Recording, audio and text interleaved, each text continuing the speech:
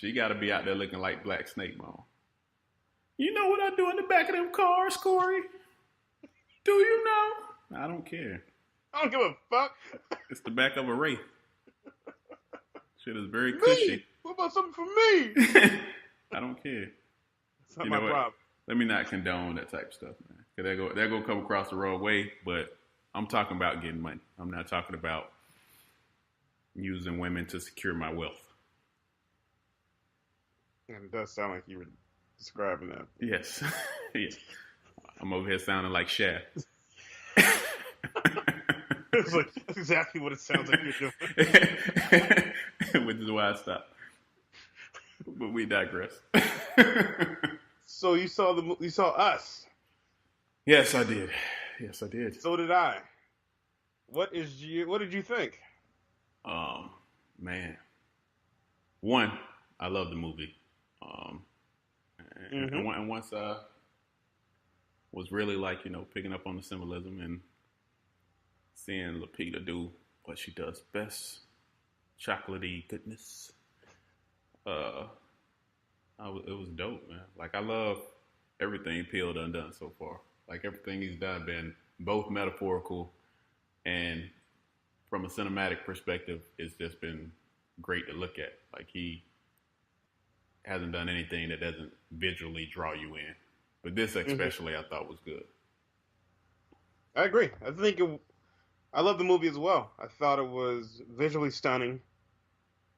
It was well paced, and it has divided, I guess, plenty of people's opinion in terms of this, like the symbolism and some of the themes that were displayed, and also I think sometimes you might have tricked like people may have tried to thought too hard and then missed a key detail instead of just enjoying it as a movie itself, which is full of suspense and it has classical horror motifs.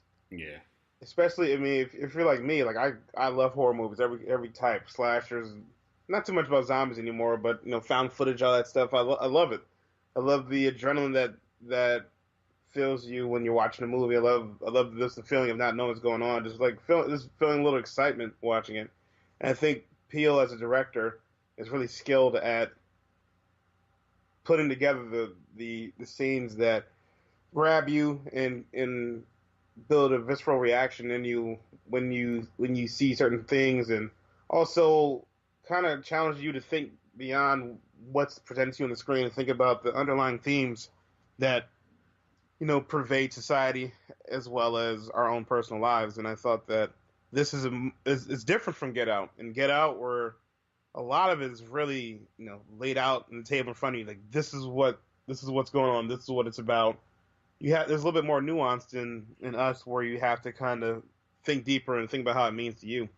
And I think for a director, we talked about this earlier, we're in a renaissance right now for black directors, where I think between Peele and Ryan Coogler and Barry Jenkins, and even Steve McQueen, even though I didn't like 12 Years a Slave that much, but you're seeing a lot of black filmmakers that are doing or using their talent and creativity to make their voices louder collectively, and also pushing the discussion further and challenging a lot of our ideals as Americans and as people as a whole. I think he really and he said it in an article that I was reading, because he went to Howard and he went somewhere else, but he was saying the importance of representation, not just in front of the camera, but behind the camera as well. You can direct, you can do screenplays, you can write scripts, you can do pretty much whatever you want to in Hollywood. That is, if you really want to. And of course, it was a long road for him. Like, this wasn't an overnight success. And when you really look at the road he took to get there, starting in improv, and then he was on Mad TV at one point. He missed an opportunity with Saturday Night Live because he was still under contract with Mad TV, and then actually where he blew up was the show with Keegan Michael Key and him doing their sketch comedy, similar to Dave Chappelle, who kind of really birthed that type of comedy in the first place. But really looking at all that and then just seeing him develop as a director, because especially watching his shows and his sketch comedy, like I would have never thought he had that kind of depth to write and do a lot of the stuff that he did. And then when you look at something, especially like Us, it kind of threw me for a loop at one point, because from all the trailers, you would think that it was going to be primarily centered around only the family having clones of themselves and maybe a couple of friends, but it was actually essentially almost the whole United States. But to really see how he put that together and to throw in the Hands Across America and the symbolism with, you know, what the decisions we make every day have effect down the line somewhere else on somebody else. And we are always our own worst enemy. Just throwing in all that symbolism was crazy. He had to really sit down and think about how he was going to put that together. And if you miss anything, there's parts of it that if you miss anything, it's going to seem crazy to you. But yeah, especially in the start of the movie, you miss it. Like where when the young Red is watching the. Well, this is going to be a spoiler alert, so if you haven't seen it, it's too fucking bad. But better see it before you listen to this. You know, even with the choices of the VHSs in the bookshelf when she's watching the commercial about the Hands Across America. Yeah. Or watching the Hands Across America being filmed, and the movie Chud, and the Goonies, among others. But you know, and what those movies are about are also, there's elements of that in the movie, and also kind of explains what's going on later. Yeah. And even the idea of the Hands Across America thing and how humorous it turned out to be, because it's just a bunch of celebrities and people holding hands across America to try to cure homelessness. Where like, well, instead of spending all this time to hold hands, everybody could put together $1 each. Yeah. And that could go further to address homelessness than fucking standing next to each other holding hands. I mean, I think that's kind of unrealistic anyway, just because a lot of the stuff that you just mentioned is really like from the younger years of our childhood, which also made it great. But terrain-wise, to actually hold hands and make a chain across America is damn near impossible. Just terrain-wise, because all the terrain you would have to circumvent and go around, so how many more people you would probably need. And then you're not accounting for weather that's not going to be the same on one side of the United States as it is on the other side. Like, there's all these factors that you're not actually factoring in to be able to do that. And you're doing it with the intention of helping homeless people. Homeless people don't give a fuck about you holding hands across America. Yeah. I mean, they just don't. Like, so like, looking at all that now and how far they missed their goal, I'm like, if I was a homeless person back then and I really understood how ridiculous the idea was to begin with, and then it didn't really actually trickle down to help me in any way, I'd be mad as hell. I would have been one of the tethered, for real. Like, even learning more about, watching that led me to look up more about Hands Across America, where it raised $36 million, but they had to deduct 15. Like, I think only, let's see, like 15. No, it was $34 million. 15 was distributed because he had to deduct operating costs. And then it led to a lot of dissension, because some cities start feeling left out, because then they didn't think, wait a minute, we're Americans too. Which, if you watch Us, you know, when asked who are you, her answer, she responds with, "We're Americans." We're Americans.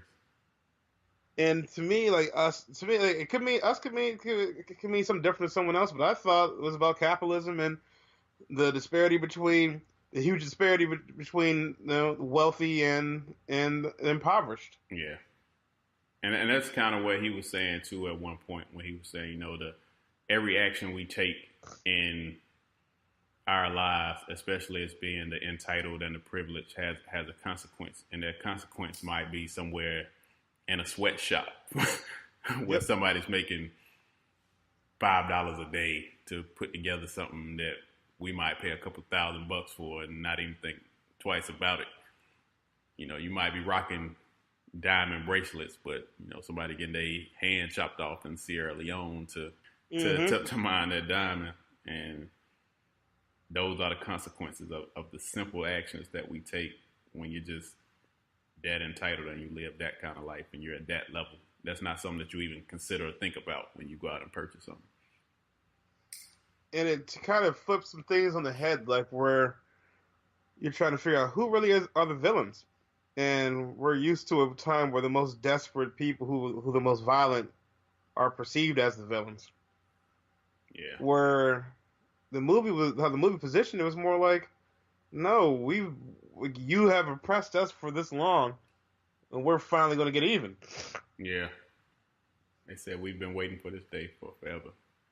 And that's no different than any other rebellion or uprising in the nation's history or across the world. You know, if you oppress somebody long enough, you know, if they were to react, are they really the bad people? Yeah. I mean, but that's with any culture too. I mean, if you look historically across the world, people are gonna only go oppressed for so long and held down for so long and go through certain disparities for so long before they rise up and retaliate and be like, I'm sick and tired of this shit. So something got to give, especially when you got a population that's living the high life and doing it a certain way, and you just sitting back having to watch, knowing that the system is set up for you to never make it to the point where they're at. And something that hit hard about that too, like it was a tweet that I was reading.